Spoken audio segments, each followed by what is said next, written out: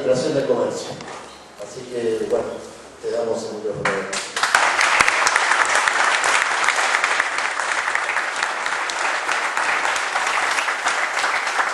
Bueno, muchas gracias. En realidad es un PowerPoint de una diapositiva, porque yo quería tratar de poner sobre los números, a partir de los números poder reflejar lo que tiene que ver con la administración o la gestión de la administración del comercio. Esa es la segunda diapo, a ver si la ponemos, si los números alcanzan a verlos, si no yo los voy a ir comentando. No, en la segunda. Acá, nos quedamos. Cuando hablamos de... Vamos a hacer una introducción que seguramente Pablo después va a profundizar, pero cuando hablamos de superávit gemelos estamos hablando de superávit fiscal, si los ingresos y los egresos que tiene el Estado, y el comercial, que tiene que ver con importaciones y exportaciones. Cuando hablamos de superávit es porque las exportaciones, es decir, tenemos ingresos genuinos superiores a los que gastamos a partir de las importaciones. Hay varios elementos que me gustaría que retengan, que registren de este cuadro. Tenemos los valores de exportación. En realidad está hecho el cuadro, traje la parte pertinente para hacer el análisis, pero tenemos desde 1910 a la fecha el análisis realizado. Los valores de exportación, que por supuesto están en dólares, medimos nuestras exportaciones y nuestras importaciones en términos de divisas. ¿Y cuál es el saldo? Cuando nos encontramos con los rojos es porque tenemos un déficit en ese periodo o en cada uno de esos años, y los que tenemos en verde, que tienen que ver sin ninguna duda con los procesos de protección, no de administración del comercio, que ahí después nos vamos a focalizar. Y una de las cosas que me parece también importante que se debe registrar es cómo se mide el grado de apertura de la economía, que tan trillado aparece que estamos fuera del mundo en algunos momentos y en otros momentos, a partir solamente de los discursos, nadie muestra un dato. La manera, o una de las maneras, que permite saber cuál es el grado de apertura que tenemos de la economía es la suma de los valores, tanto de las importaciones como de las exportaciones. Ustedes en ese caso van a encontrarse con valores muy significativos, cómo fueron creciendo. Estamos acá, el traje de 1995, ahí se ve hasta el 2015. Pero sí. Bueno, no, pero si vemos abajo no vemos arriba, no sé cómo yo prefiero bajar un poco. A ver, un poquito más arriba, si es posible. No, ahora me quedo desfasada. Ahí está, perfecto. Eso es lo que cuando nosotros tenemos que analizar, miren cómo va creciendo el valor de la suma de las importaciones y las exportaciones a partir que vamos generando una economía o un modelo económico con sentido productivo, aunque este tuvo orientación fundamentalmente al consumo. Pero para analizarlo desde el punto de vista que hemos generado un comercio exterior con esa política económica que nos permitía crecer en términos no solamente de las exportaciones, sino también de las importaciones, porque las importaciones son prácticamente, directamente hay que relacionarlas con el crecimiento del PBI. Si cuando nosotros crecemos en acero es porque tenemos que importar más mineral de hierro. Lo mismo con tecnología necesaria para la metalmecánica. Cuando crece la economía también crecen las importaciones. Por eso nos vamos a encontrar con que, si bien en este momento, no me leí el 2019, pero la verdad es tan atípico el 2019 para hacer una lectura que me pareció que era prudente que nos quedemos en el 2018. Por supuesto, todas las últimas cifras son provisorias porque las estadísticas en comercio exterior se van actualizando permanentemente, pero fíjense que nosotros podemos encontrarnos ahora, en 2018, con un buen superávit comercial de 11.000 millones de dólares. 19 era ese. El 19. El 19 hasta octubre. Ah, perdón, sí, era negativo el del 18. Podemos encontrar, más, todavía terminó el año, estamos con un muy buen superávit comercial. Sin embargo, miren el valor de las importaciones, porque en realidad, como no se produce, no se importa. Es decir, hay que relacionar cada una de las cifras, cómo tienen que ver, todo tiene que ver con todo.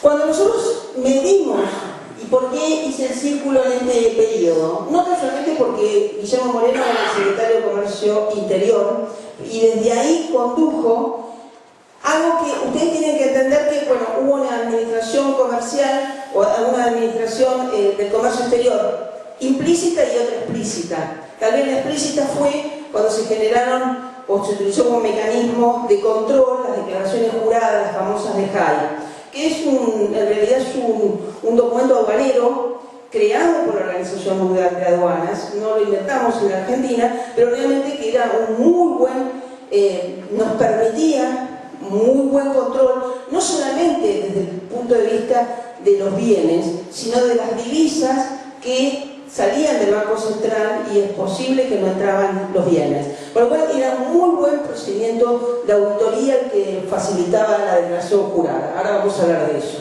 Pero cuando Guillermo Moreno empieza a gestionar el comercio interior, hay una parte de las importaciones que sin ninguna duda hay que privilegiar en la medida que tenemos la famosa restricción externa. Tenemos que privilegiar cuáles son las importaciones elegibles o que debemos privilegiar justamente porque son bienes que generan otros bienes indispensables para el movimiento de la economía. O de repente porque hay que comer banana o hay que comer ananá, ya no, vamos de lo más a lo menos. Pero en realidad cuando importamos estamos generando una... Si la revisamos y si hacemos seguimiento, estamos haciendo una administración de las importaciones. Cuando trabajamos del lado de las exportaciones, en general lo que pretendemos es que se exporte de todo, pero hay algunos bienes, como puede ser el trigo o el maíz, algunos bienes que son elementales para la generación de bienes necesarios para el abastecimiento interno, que también son parte de esa administración del comercio. Y ahí las pujas, sin ninguna duda, entre que si me permitís exportar el trigo o no me permitís exportar el trigo. Hay algunos mecanismos que una de esas en la lectura que empiezan a hacer hoy con un movimiento de las retenciones, uno puede además controlarlo a partir de los derechos de exportación. Entonces yo puedo generar un mecanismo que me facilite la administración no solamente de los bienes, sino también de los precios a los que llega el bien al mercado. Retomo. Miren cómo va creciendo el valor de las exportaciones cuando nos decían que estábamos fuera del mundo. El valor histórico máximo de valor de las exportaciones se dio en el 2011. Estoy mirando bien, ¿no? Sí. 2011. No obstante, no es el superávit, es muy buen superávit, 9.000 millones, pero no es el máximo. Con lo cual, acá siempre hay que estar analizando el desfasaje o el proceso que se viene dando en materia de la economía respecto de las importaciones que hacen falta para ello. Si yo tengo que elegir, y además, no solamente que se dan el mayor nivel de exportaciones, no necesariamente es el máximo de importaciones, pero sí es el máximo de apertura de la economía. Si que estábamos absolutamente conectados con el mundo, teníamos un superávit deseable que nos permita justamente el movimiento del resto de la economía comercial nos permite pagar todo lo que nos da en bienes, sino todos los servicios que nosotros debemos pagar, porque cada una de estas importaciones son fletes que no están incorporados en este valor, sino que están por separado, los dividendos o la serie de cuestiones que en realidad después conforman no la balanza comercial, sino la balanza de pagos. Hay todo un circuito que además nos permite también pagar la deuda o los intereses de la deuda. Por eso quiero que esta fotografía sea internalizada por cada uno de nosotros, porque es una fotografía que permanentemente debemos tener presente para el análisis económico. Si nosotros nos están diciendo que no importa que haya superávit comercial, nos están diciendo me voy a endeudar, no voy a generar divisas de manera genuina. Cuando me dicen no importa que tenga déficit comercial o no importa que tenga déficit fiscal, me están dando una señal que en realidad es la que no permita que sean consistentes los datos macroeconómicos, es decir, no tenga consistencia macroeconómica el modelo que se está implementando. ¿Qué pasa cuando tenemos que sostener todo esto? Porque en realidad, si bien Guillermo Moreno venía desde la Secretaría de Comercio Exterior gestionando y generando la inclusión y el desarrollo de proveedores nacionales, sobre todo lo que tenía que ver con las autopartes, no solamente en los automóviles, sino todo lo que tenía que ver con la maquinaria agrícola y con todo lo que es justamente la importación de bienes que en algunos casos pueden ser sustituidos y en otros casos no. Pero una de las premisas que planteaba Guillermo en esas reuniones es que no iba a dejar a nadie cazar en el zoológico. Esa era la frase. Es decir, a nadie le iba a permitir que iba a proveer en el mercado a precios que no fueran competitivos en materia internacional, porque podíamos ser competitivos, porque teníamos que generar los mecanismos para ser competitivos, pero que no podíamos pensar que cualquiera definía esos precios y nos distorsionaba el resto del aparato productivo. Entonces, cada uno de estos datos está encerrando que hay una intervención, parece calificatoria la palabra intervención, hay una política pública que está persiguiendo cada uno de estos objetivos. Cuando nosotros nos encontrábamos en el 2011, fíjense que es cuando se aplican las de Jai, no es que tenemos los mejores superávit, pero sí la de Jai y la lectura clara de lo que estaba pasando en el mercado internacional nos permitió, como modelo, como gobierno, generar los mecanismos para atravesar una situación internacional muy adversa.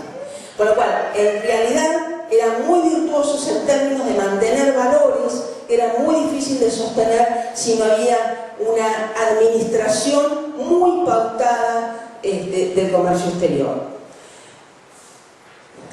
En este sentido, ¿qué es lo que pasa? 2012 y 2013 se crea la Secretaría de Comercio Exterior.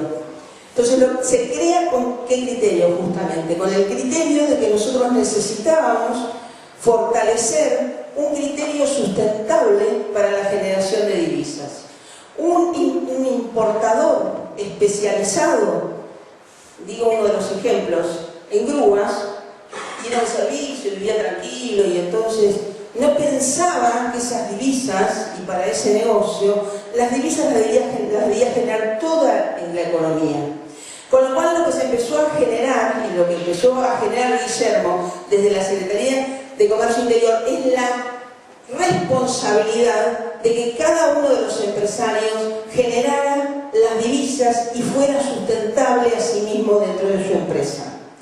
Eso que se dio a llamar el 1 a 1. Para generar esos mecanismos, que en algunos casos había una gran aptitud, el otro día Guillermo recordaba el caso de Pirelli, que yo no lo recordaba, donde nos permitió el primer año que hubo una crisis enorme porque no se vendía la miel, porque cuando los mercados desarrollados, los europeos, los norteamericanos, los japoneses, aquellos que nos hacen demandas a nosotros, en realidad cuando tienen una dificultad, lo primero que aparece es una restricción o sanitaria o no arancelaria. Enseguida dicen, tiene no sé qué antibiótico o por dónde pasó la mosca para frenar la exportación. Y eso había pasado con la miel. Teníamos toda la miel producida, no la podían exportar ninguno de los empresarios y apareció una figura a través de un arreglo, de una conversación, de un trabajo en equipo entre el sector privado y el público. En ese caso el público era la Secretaría de Comercio Interior con la cabeza de Guillermo, donde le dice a Pirelli, desde tu nombre podemos exportar la miel. Y se exportó toda la miel. Eso nadie, sí tuvo prensa en ese momento, es cierto. Al país no se le mueve ninguna pieza fundamental si no se exporta la miel. Pero para cada uno de los productores de miel era la quiebra. Por lo cual a veces hay que analizar no solamente ahí claramente la comunidad organizada. Hay que pensar que no necesariamente le mueva las agujas del reloj a nuestras cuentas macroeconómicas, sino qué está afectando a la economía que tiene que ver con esa producción. Ese fue uno de los ejemplos. El de las grúas también se puso a hacer miel con Capitanich en el Chaco. Lo hizo también, que hasta compitió y ganó para el desayuno de Qatar, era la empresa de aviación. De la otra, no me acuerdo el nombre. De Emirates. Sí, que la amiga argentina pasaba de que no la podíamos exportar a ningún lado, aparece Pirelli, aparece un efecto, viste, esas cosas virtuosas y multiplicador. Hay que decirle, mirá, grúa San Blas, hay que generar divisas, y se puso a hacer miel en la provincia del Chaco, y la verdad es un muy buen producto y generó este mecanismo. Entre otros de los ejemplos, también recordábamos el otro día el que se generó para sostener, y creo que es importante este análisis en este ámbito de la brigadier, porque Tierra del Fuego tiene que ver con soberanía. Y a veces hay quien se aprovecha como empresario de que hay que defender la soberanía, y otros que dicen, miren, no me cierran las cuentas y no tiene que estar Tierra del Fuego. Es decir, no es ni tanto ni tampoco. Por lo tanto, realmente un grupo de empresarios, pero a la cabeza Neusan, que es el empresario de Chernakowski, un empresario de la tecnología, tiene también Guillermo un diálogo con los empresarios de Tierra del Fuego, que tiene un costo muy significativo para el erario público, el desfasaje entre lo que ellos importan y después lo que introducen al territorio aduanero general. Y crearon una empresa de explotación y exportación de pescado, en realidad además de los pescados de tanto valor que hay en el sur argentino. Este año, el último premio que se dio, no este año, sino el que pasado, el premio que dio la Cancillería al exportador, se la dieron a Chernakowski en el acto. Recordaron cómo se inició, y bueno, los macristas no sabían que atrás de ese premio en realidad estaba la cabeza de Moreno. Así que realmente fue como... apareció en los diarios, poca difusión, pero apareció en los diarios. Entonces, ¿qué se genera en ese momento? La Secretaría de Comercio Exterior, que sus considerandos dicen trabajar en sintonía con la Secretaría de Comercio Interior, porque había que generar mecanismos del sector público que nos permitieran que los empresarios llegaran y facilitarles que llegaran a los mercados internacionales a vender y a competir con sus productos. Empezamos a generar una serie, hay dos ejemplos, si bien viajamos por distintos países, que algunos fueron sumamente criticados, como ir a Angola, que generaron realmente la venta por ejemplo, de la tecnología agropecuaria, no solamente en maquinaria agrícola, sino en tecnología de siembra directa y en todo lo que es la especialización que tiene la Argentina en materia agropecuaria, sino que en realidad se generaron un montón de situaciones. Por ejemplo, me acuerdo la de la harina. Nosotros le exportábamos la harina a Brasil y en Brasil se le exportaba a Angola, cuando en realidad Argentina podía venderle la harina a Angola. De hecho, ocurrió y no tenían más casi la harina vieja que le vendía a Brasil a través de este mecanismo.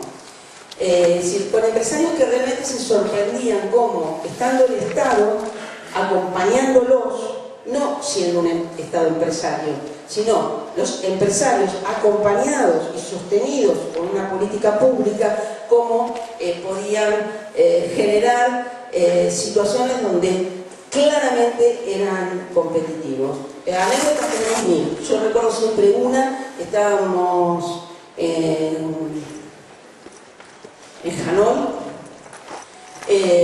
y una empresa argentina de óptica vendió $10 millones. Habían ido los hijos de los empresarios, no habían ido sus hijos con el dominio de idioma y estas cuestiones que hacen a los aspectos generacionales. Vendieron $10 millones, que era su producción anual. Es decir, con una venta sorprendente, porque además vender en Vietnam, que está al lado de China, óptica argentina, era realmente sorprendente. No salieron los diarios, pero para ellos le cambió la matriz productiva. No sé si se siguieron, pero en ese momento duplicaban su matriz productiva, es decir, generaban, estaban en una sorpresa que no podían, pues en ese momento se cerró el negocio. Tenemos ejemplos como de vender remedios. Yo se lo comentaba el otro día a Pablo Chaliu, que es un especialista en este tema, vender medicamentos en Azerbaiyán y también en Armenia. Es decir, teníamos algunas cuestiones que realmente sorprendían cómo podíamos, por precio y calidad y la combinación del precio y la calidad, pese a la distancia, podíamos generar. Pero hay dos ejemplos que cuando lo comenzamos con Guillermo muchas veces y en ese momento generó mucha sorpresa, fue la experiencia con Bolivia y la experiencia con Chile. Porque muchas veces nos quedamos en el discurso de hermanos latinoamericanos y después no tenemos ninguna sustancia a ese discurso, que todos nos sentimos emocionados, pero después no hay consistencia. Fui a Bolivia, sin ninguna duda, el presidente Evo Morales. Me reuní porque había llegado complementariamente a otra misión que estábamos haciendo en Bolivia, una que tenía que ver con proveedores en la industria del petróleo. Fuimos a vender, me reuní con el presidente de yacimientos petrolíferos bolivianos y muy tranquilamente me dijo: nosotros compramos por ley lo que sea más barato, por lo tanto le compramos a China.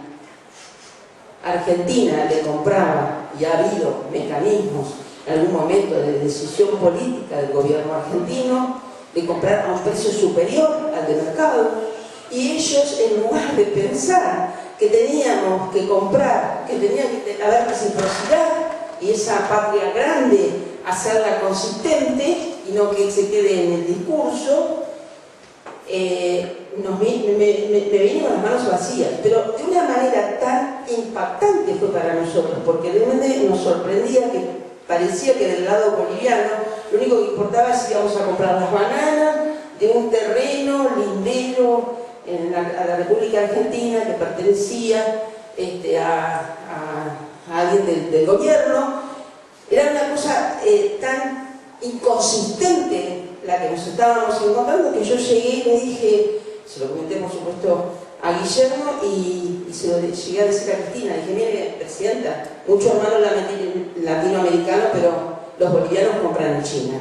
Lo mismo nos pasó con los venezolanos también, porque hicimos un montón de negocios, un montón, que cambiaron la matriz productiva de la maquinaria agrícola, se generaron. Después había algunas miserias.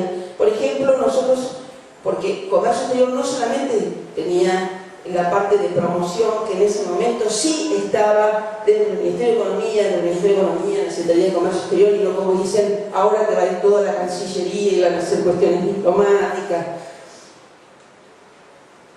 Nosotros también presidíamos la mesa de negociación, con lo cual cuando se incorpora Venezuela y nosotros desde el punto de vista técnico les hicimos, pero hasta las cuentas, realmente nos pareció bien, nos parecía solidariamente responsable que como argentinos especialistas colaboráramos con el equipo que no tenía solvencia en la mesa venezolana.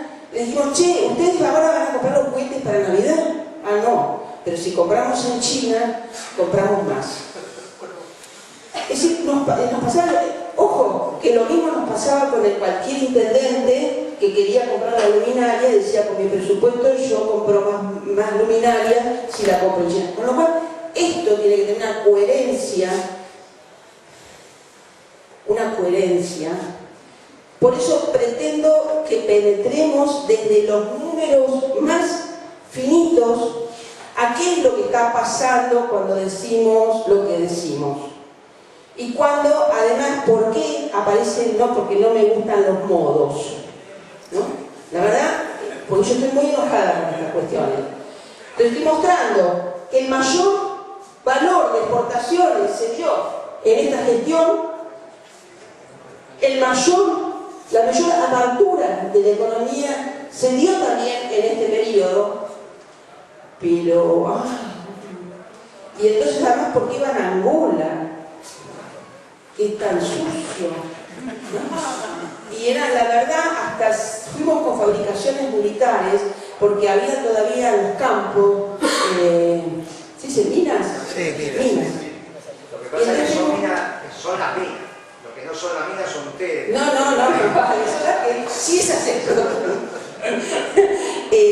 Pero además en un acuerdo entre España y Argentina, era una cosa grosa, ¿no? Seguro que ustedes nunca leyeron esto en un diario, porque no teníamos prensa, parecía que si íbamos a Angola, y además las medias decían claramente, era algo, lo de fondo, era lo que pretendían tapar, y lo taparon.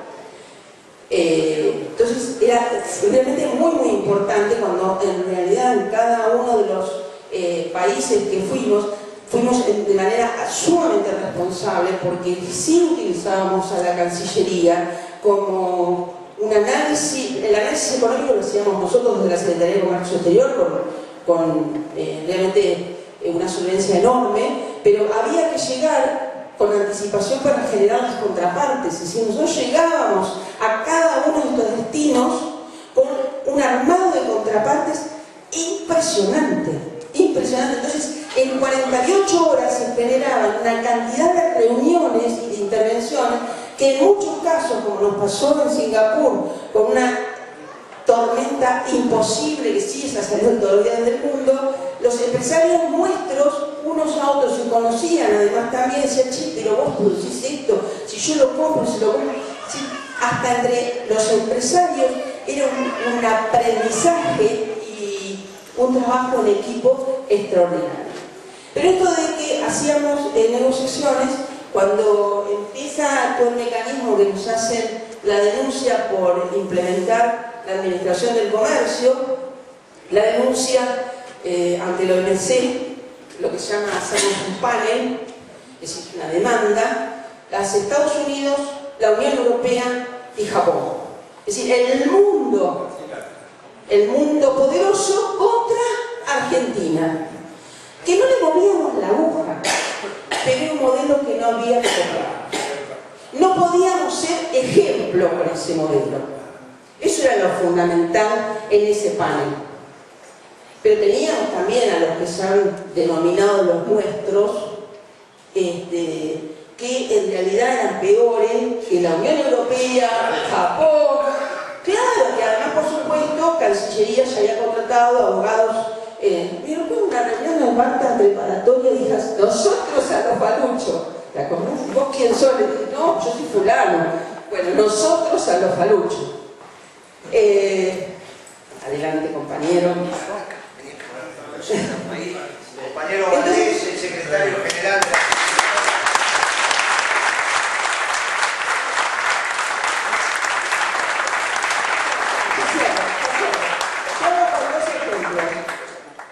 Uno que tiene que ver, yo mencioné el de Bolivia, es decir, 2 estados negociando.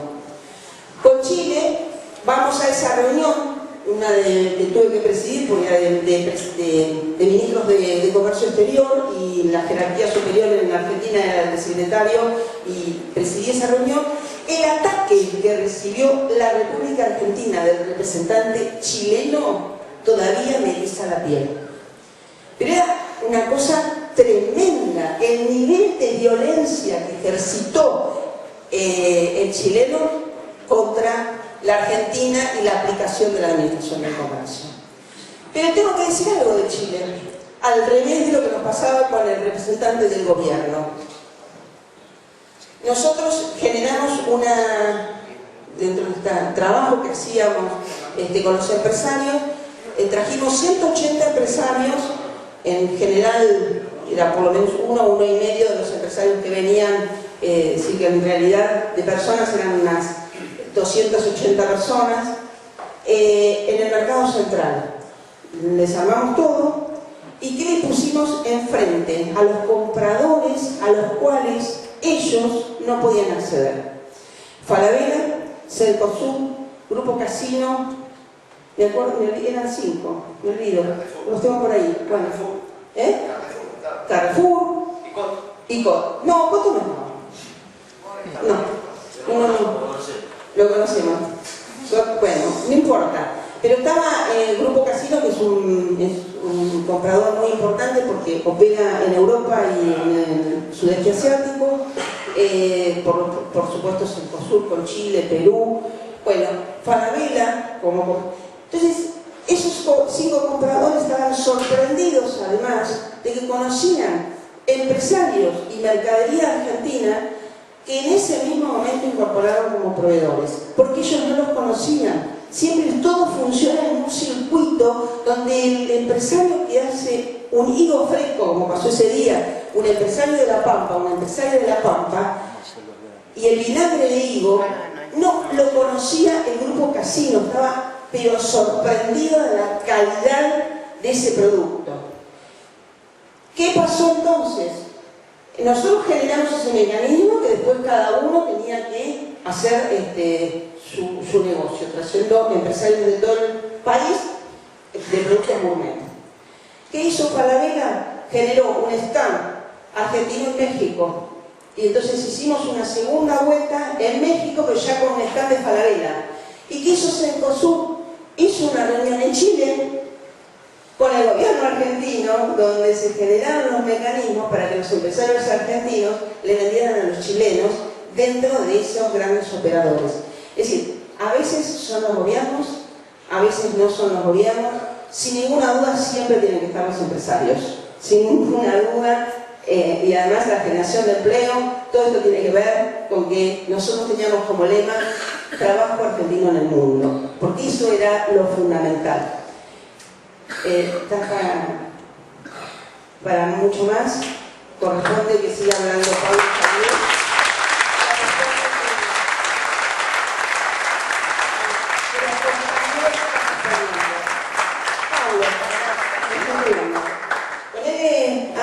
Ponele el Zen atrás. La imagen. Buena. Gracias. Muy bien, Beatriz. Muy bien.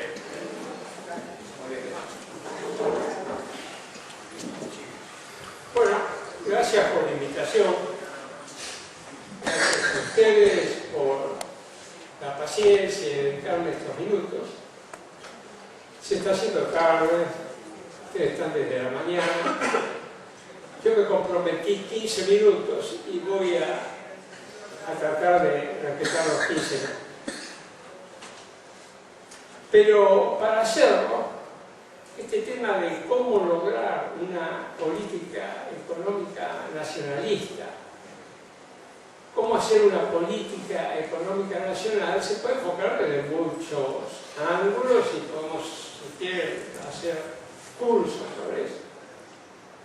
Pero yo me quise enfocar en lo que para mí es la esencia.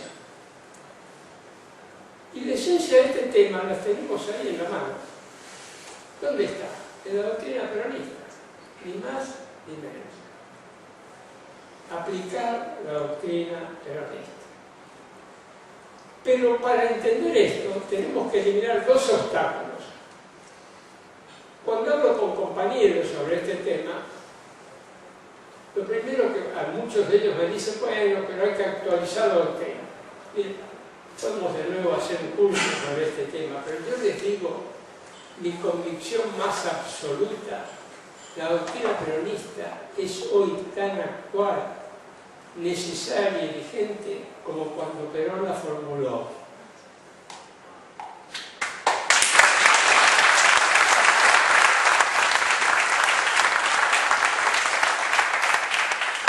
El segundo obstáculo que tenemos que eliminar, y me ha pasado con los compañeros, es cuando hablo de estos temas, me miran con la mirada un poco perdida, y al ratito me dicen, bueno, pero ¿por qué no hablamos de cosas importantes? Casualmente lo importante es hablar de la doctrina. La doctrina es la base. La doctrina es la que le da contenido y sentido a las políticas.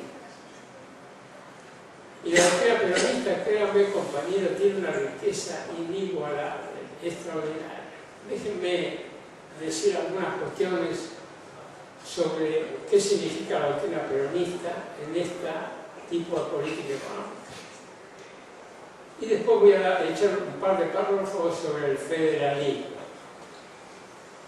¿Cuáles son los objetivos fundamentales de la doctrina peronista? La felicidad del pueblo y la grandeza de la patria.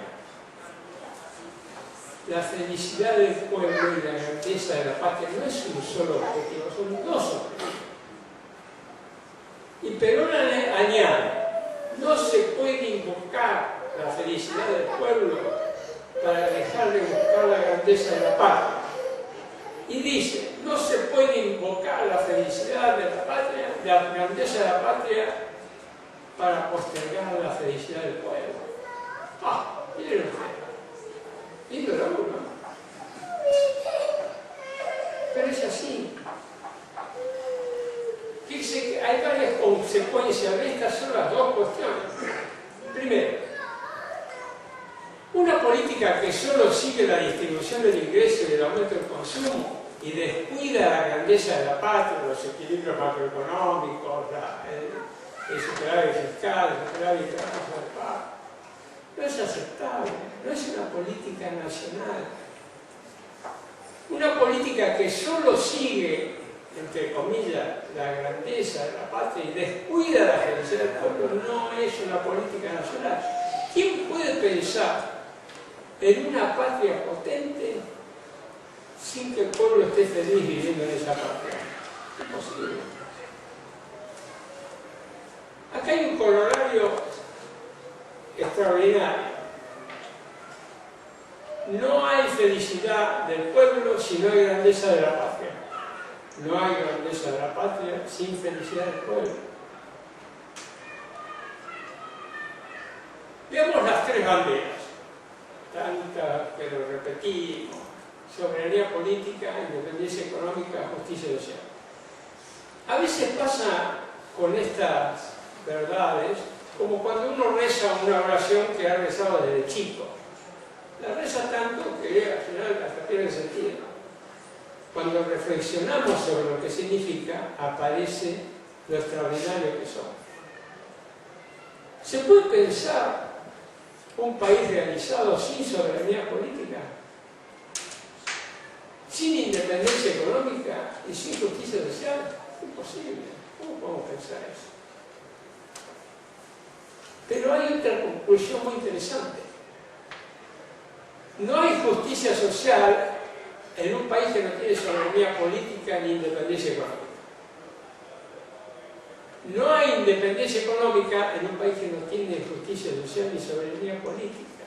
Mire que esto elimina todos los colonialismos y neocolonialismos. No hay soberanía política si no hay soberanía, si no hay independencia económica y justicia social. Ustedes dirán, bueno, pero ¿qué importancia práctica tiene esto? Y tiene una importancia práctica extraordinaria. La doctrina es como un sedazo. Se pasan las políticas y si no pasan, señores, hay algo que no funciona en las políticas. Todos estos principios deben conformar las políticas económicas y las políticas en general del gobierno. Todas las políticas sanitarias, educativas. Pero no solo las políticas. Si queremos verdaderamente una política nacional, en el sentido que la estamos definiendo, y que desde mi punto de vista es el único sentido posible, estos elementos doctrinarios tienen que darle forma a las leyes esenciales del funcionamiento de la economía y de la sociedad argentina. Si no hacemos este paso, y cuidado, es un paso muy complicado, yo dije al principio que era simple la respuesta. La respuesta de cómo hacer una política económica nacional es simple. El camino para recorrer es tremendamente complicado. Si no llegamos a las leyes esenciales de funcionamiento de la economía y de la sociedad, por más que tengamos un veranito, enseguida vamos a tropezar con los elementos estructurales que nos van a impedir seguir caminando.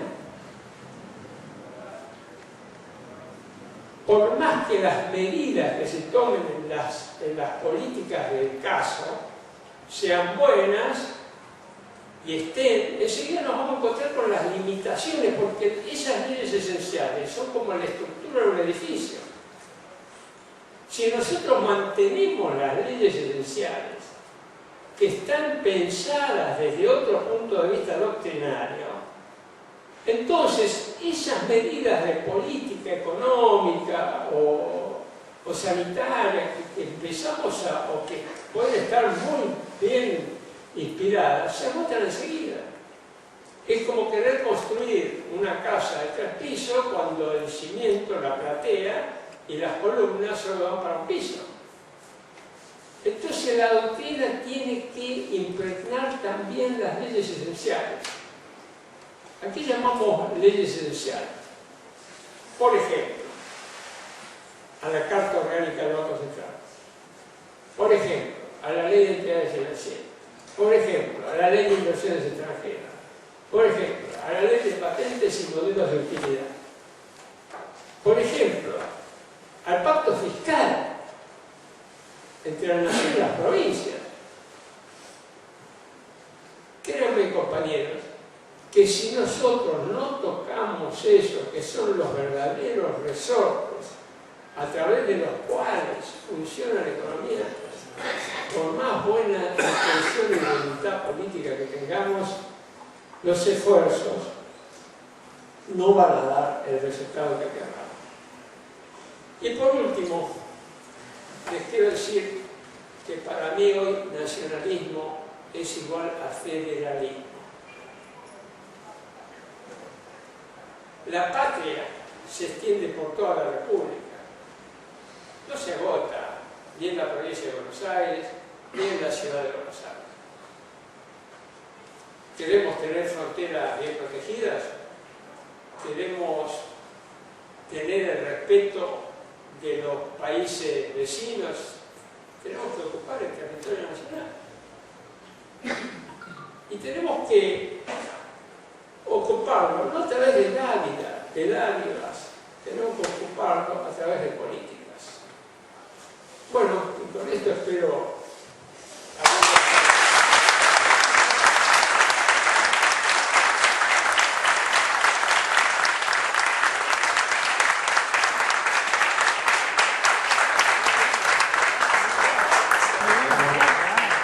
continuamos, ya venimos un poquito atrasados.